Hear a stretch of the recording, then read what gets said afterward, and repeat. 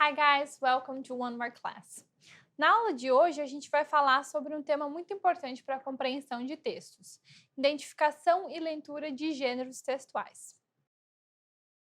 Então, para começar, a gente vai ter a seguinte atividade: vocês irão ver uma sequência de textos diferentes. Reflitam sobre a seguinte questão: quais são os tipos de texto apresentados? Então, eu vou colocar aqui alguns textos e vocês vão pensando, esse texto é isso, esse texto é aquilo, tá? Bora lá. Esse primeiro, Netflix, todo mundo conhece, né? What adventures wait inside? Bem tranquilinho. Esse é um pouco mais longo, você pode pausar o vídeo para fazer a leitura. Mas só de bater de olho já dá para a gente ter uma noção de que tipo de texto é esse, né? Próximo.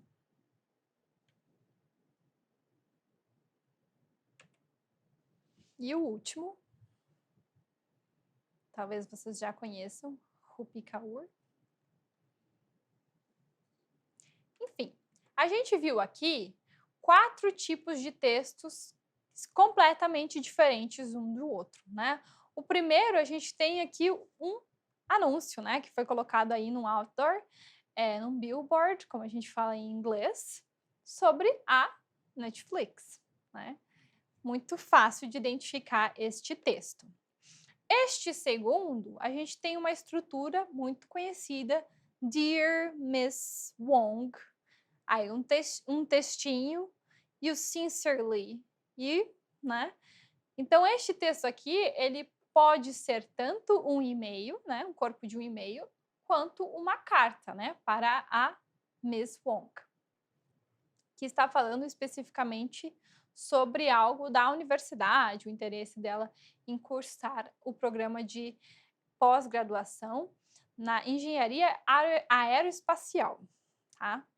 Então, é um texto completamente diferente do anterior. E este daqui, Huge Paper Waste, Why Digital Media Matters. Então, a gente tem aqui um flyer, né, que a gente chama em inglês, pode ser flyer, pode ser infograph, um infográfico ou um panfleto, né, que a gente tem comunicação bastante forte, o visual, para falar de um assunto, né, que aqui é a questão do huge paper waste, é o desperdício de papel, né, e está falando o porquê a mídia digital importa, né, por que a mídia digital é importante, né, para reduzir o número de papel. Então, vai trazer bastante recurso visual, né, para falar do tema, que é essa questão do desperdício de papel. E o último, muito bonito, I am water, soft enough to offer life, tough enough to drown it away. Então, esse aqui a gente também tem uma figura, né, uma figura muito diferente das figuras que a gente tinha no texto anterior, né, e muito diferente ainda daquele texto da Netflix, né, daquela propaganda da Netflix. A gente tem um texto poético, né, então a gente tem uma figura poética também, né, representando aí a água, uma onda dentro de um copo, né, I am water, eu sou água, né, é o título do poema da autora, tá? Então, qual que é o meu objetivo com esses 4 textos diferentes? A gente entender que cada texto vai ter um grau de dificuldade, né, distinto. Qual desses foi mais difícil? Provavelmente o mais longo, né, o que tinha menos recursos visuais, ou talvez para quem não tem muito contato com poesia, talvez o poema, porque fica um pouco confuso, a linguagem diferente. Enfim, cada texto deste corresponde a um gênero textual, tá? Então, o que são gêneros textuais? São um conjunto de enunciados que seguem um padrão, ainda que esse não seja um padrão rígido, e que compartilham características que são comuns a tal gênero específico. Aqui um parênteses grande é que eu estou pegando uma teoria bem complexa e tentando deixar mais simples para vocês. Então, assim, para grosso modo, né, o que vocês precisam entender de gênero textual é isso. Um tipo de texto, um formato que tem um conjunto de enunciados que seguem características comuns. Eu trouxe a definition of genre. Essa palavra é bem estranha no inglês, mas a pronúncia é assim mesmo, tá? genre, para se referir a gênero, tá? Da Cambridge, do dicionário da Cambridge. A style, especially in the arts, that involves a particular set of characteristics. Então, o Cambridge define genre como um estilo, especialmente nas artes, que envolve um conjunto particular de characteristics, de características, tá? Então, é isso, né? Algo que compartilha características. Se a gente for pensar, por exemplo, num poema, ele tem, apesar de ser um gênero muito fluido, muito livre, né? Porque é uma expressão artística, ele compartilha, assim, um grupo de características, justamente por ser esse tipo de texto mais livre, mais sem regras, que às vezes utilizam palavras mais rebuscadas, que não são palavras tanto do cotidiano, né? Que tentam fazer criar arte por meio de um texto, então tentam tocar as pessoas, né, sensibilizar os leitores. Então, eles compartilham esses tipos de características, né? O gênero textual é poesia, por exemplo. Outros exemplos, e-mails, como a gente viu que aquele texto lá da Miss Wong, e-mail, carta, né? Receita, artigo científico, artigo de revista, contos, poemas, logs, tudo que a gente fala, toda forma que a gente usa para se comunicar, ela se constitui em um gênero textual. Tá, teacher, mas como que isso vai me ajudar na compreensão de textos, né? Vamos para a parte prática, né? Como saber os gêneros textuais vai me ajudar? Por quê? Em geral, os gêneros textuais terão propósitos semelhantes. Então, a partir da identificação e reconhecimento de um gênero, é possível já ter uma ideia geral do seu objetivo e acionar o nosso conhecimento prévio de mundo sobre aquele gênero para poder fazermos inferências. Além disso, quanto mais lemos artigos científicos em língua portuguesa, por exemplo, mais tranquilo será o processo em língua inglesa.